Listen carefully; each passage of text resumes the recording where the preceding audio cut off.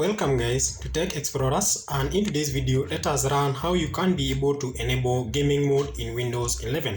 When you enable gaming mode in Windows 11, it helps to optimize your PC so that you can be able to play games on Windows 11 machine. So how do you go about it? So all you need to do is just click this Windows 11 icon and proceed to settings.